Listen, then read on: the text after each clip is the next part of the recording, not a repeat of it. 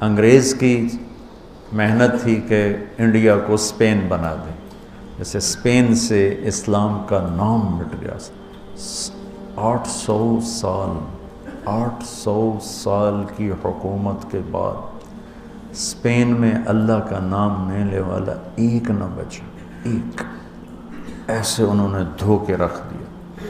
اور وہ قرطبہ کی جامع مسجد جہاں علامہ قرطبی جیسے بیٹھ کے تفسیر بیان کیا کرتے تھے، وہ ساری گرجا بنی پڑی، ساری صرف محراب کے پاس تھوڑی سی جگہ انہوں سے کور کی ہوئی ہے، بس اتنی جتنی یہ 2 پلر ہیں، تو ایسے کر کے انہوں نے باڑ لگا دی ہے۔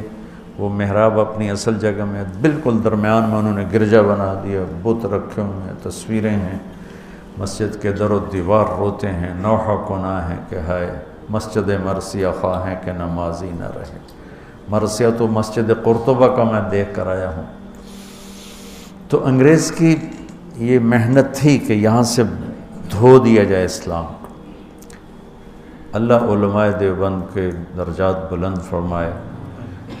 1864 میں پہلے یہ حضرات جنگ آزادی میں شریک ہوئے، اور شاملی جہاں علماء دیوبند نے جہاد کیا، حافظ ضامن شہید ہوئے اور کوئی بڑے بڑے شہید ہوئے، کچھ بچ گئے۔ وہ شاملی اب ایک بہت بڑا قصبہ بن چکا ہے۔ میں 89 میں وہاں گیا تھا، تو جب سیاسی طور پر پوری مات کھا گئے اور قوت ہاتھ سے نکل گئی، کیونکہ اپنے ہی جب غیر بن جائیں، کسی کی غداری سے ملک نہیں ڈوبتا، کسی ایک کی غداری سے۔ وہ ایک دیگ کا چاول ہوتا ہے، سارے ہی بگڑ چکے ہوتے ہیں، تب تباہی آتی ہے، تب غداری بھی اپنی قوت دکھاتی ہے، ورنہ ایک آدھ کی غداری سے قوم ہو تو اس سے کچھ نہیں ہوتا ہے۔ تو ذرا میر جعفر نہیں، سارے ہی اسی کا شکارہ بن، میر صادق نہیں، سب ایسے ہو چکے تھے۔ تو وہ جنگ آزادی اپنوں ہی کا شکار ہو گئی۔ ایک رجب علی تھا، ایک نجف خان تھا، ایک الہی بخش تھا، ایک شجاع الدولہ تھا۔ یہ لوگ تھے جنہوں نے دلی کا راستہ صاف کیا انگریز کے لیے، تو اپنے ہی تھے۔ اس کے بدلے میں رجب علی کو انہوں نے اتنا سونا دیا کہ اس نے امبالے میں پورا ایک فوارہ سونے کا بنایا جس میں شراب نکلتی تھی۔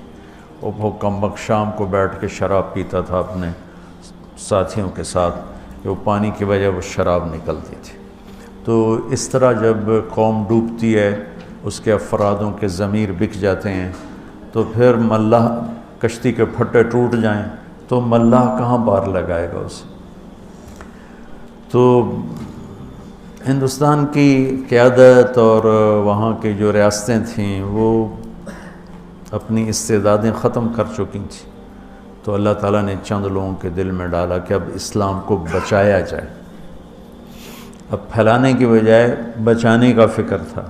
تو 1864 میں مولانا قاسم صاحب نانوتوی رحمۃ اللہ تعالیٰ علیہ نے دیوبند میں ایک چھپر ڈالا، مسجد بنائی بغیر چھت کے، اور ایک چھپر جس میں ایک طالب علم اور ایک استاد اور ایک انار کا درخت۔ 89 میں وہ انار کا درخت میں دیکھ کے آیا تھا، وہ 1864 اور میں گیا تھا 1999۔ 100 سال سے اوپر انار کا درخت 15-20 سال کے بعد خشک ہو جاتا ہے۔ ہم تو ہمارا باغ تھا انار کے، والد صاحب نے لگایا تھا، ہم تو سنبھال ہی نہ سکے، پھر ہم نے اکھڑوا دیا سارا۔ تو وہ 15-20 سال سے اوپر انار کا درخت نہیں آتا، خشک ہو جاتا۔ تو اس انار کو 100 سال سے اوپر ہو چکا تھا اور وہ سر سبز کھڑا ہوا تھا۔ چھتے والی مسجد کہتے ہیں جہاں وہ مولانا سید خان صاحب، میں اور کچھ اور ان کے ساتھی، ہم وہاں دیوبند گئے تھے، تو وہاں وہ انار کا درخت دیکھا تھا تھوڑا سا۔ اور بعد میں پتہ نہیں کس کے دل میں آیا کہ یہ تو لوگ اس کی اب وہ کوئی عقیدت میں پتے لے رہا ہے، کوئی کچھ لے رہا ہے، انہوں نے کاٹ کے پھینک دیا۔ میرے جی میں تھا کاٹتے نہیں، ویسے اس کی حفاظت رکھتے تھے، ایک تاریخی چیز ہوتی، یادگار ہوتی، جب تک کھڑا رہتا۔ اتنا غلوب بھی ٹھیک نہیں ہے۔ تو 1864 میں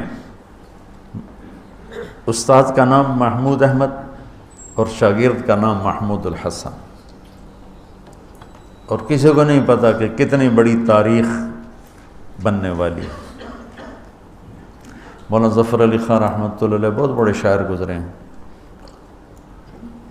زمیندار اخبار نکالتے تھے، ان کا شعر ہے: شاد بادو شاد زی اے سرزمین دیوبند، ہند میں تو نے کیا اسلام کا جھنڈا بلند۔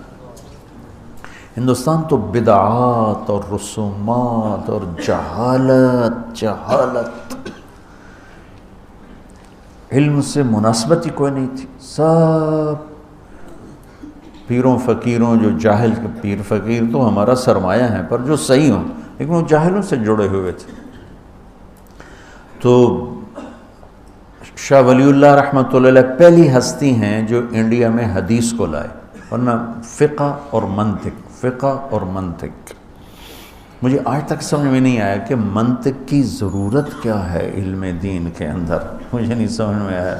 یا لیت شعری، کوئی مجھے سمجھا دیں۔ تو شاہ ولی اللہ رحمۃ اللہ علیہ پہلی ہستی ہیں جو حدیث کو لے کر آئے، اور لہذا جتنے یہاں حدیث کے سلسلے میں شاہ ولی اللہ پر مل جاتے ہیں، مطلب میرا سلسلہ محمد عبداللہ، خیر محمد یاسین، جو میری قراءتاً ہے، ایک ہے اجازتاً، وہ بھی بتاتا ہوں۔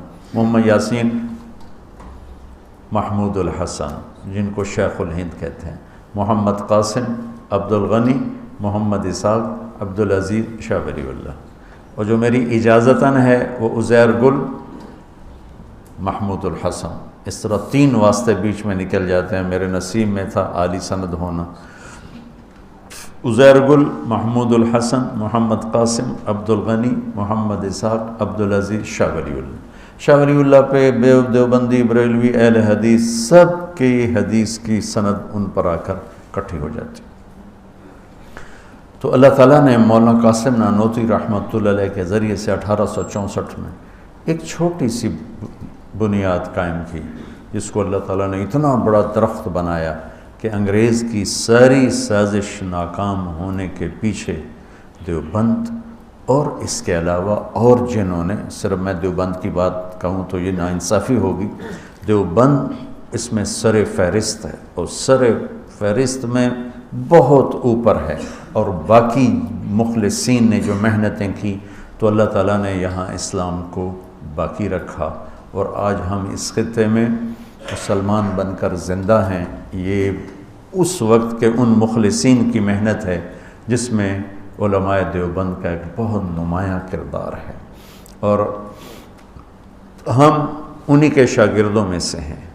اہل السنت والجماعت کی ترجمانی جو انہوں نے فرمائی اور کی، ہم اس کو زیادہ صحیح کہتے ہیں، اور باقی سب کا احترام کرتے ہیں، سب کو عزت دیتے ہیں، سب کے لیے اچھے جذبات رکھتے ہیں، کسی کے لیے نفرت، کسی کے لیے کفر کے دعوے کرنے سے ہم بیزار ہیں اور بری الذمہ ہیں۔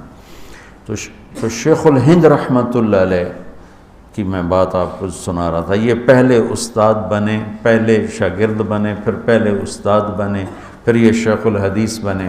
یہ مالٹا میں قید ہوئے تو وہاں سے واپس آئے تو فرمایا کہ 3 سال میں نے غور کیا ہے کہ امت کے زوال کے 2 سبب ہیں، ایک قرآن سے دوری اور ایک آپس کے لڑائی جھگڑے اور اختلاف۔ تو میری اب بقایا جو زندگی ہے، میں قرآن کی تعلیم کو عام کروں گا اور امت کو امت بناؤں گا۔ یہ محمود تو دیوبندیت کا پیغام ہے کہ امت امت بنے، لیکن ہم ہی اگر فرقہ واریت کو ہوا دینے لگ گئے تو پھر حق گوئی کہاں رہ گئی اور امت بنا کہاں رہ گیا۔